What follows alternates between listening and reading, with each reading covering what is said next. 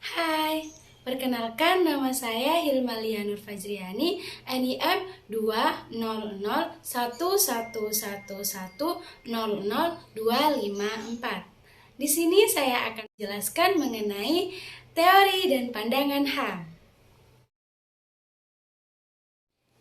HAM yaitu hak asasi manusia. HAM adalah hak yang dimiliki oleh setiap manusia pada segala waktu dan tempat berdasarkan takdirnya sebagai manusia. Dengan adanya HAM atau hak asasi manusia atau human right, manusia berhak untuk dihormati, dijunjung tinggi, dan dilindungi oleh negara, hukum, pemerintah, dan orang lain.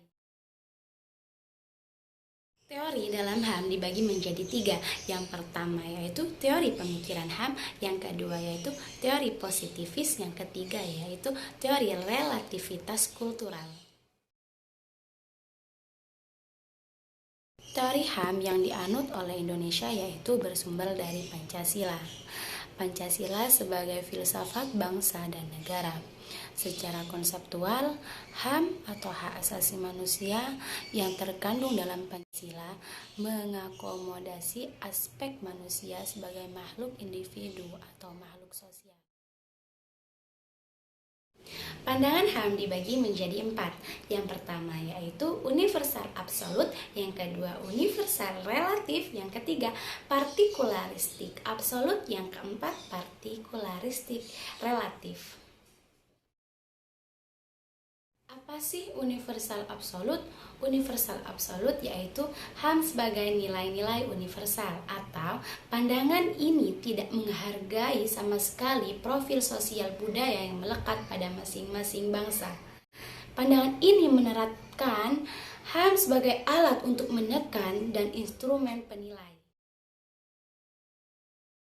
Pandangan universal relatif yaitu memandang permasalahan HAM sebagai permasalahan universal, namun terhadap perkecualian yang berdasarkan asas-asas hukum internasional yang tetap diakui keberadaannya.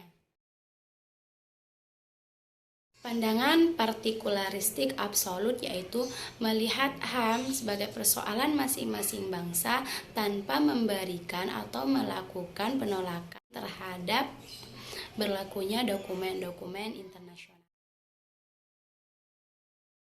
Pandangan partikularistik relatif yaitu melihat persoalan HAM sebagai masalah universal dan nasional dari masing-masing bangsa. Jadi, dapat disimpulkan bahwa HAM atau hak asasi manusia adalah hak yang melekat pada diri manusia yang bersifat kodrati dan fundamental yang diberikan oleh Allah Subhanahu wa Ta'ala sebagai anugerah yang harus dihormati, dijaga, dilindungi oleh setiap individu, masyarakat, dan negara. Sekian, terima kasih.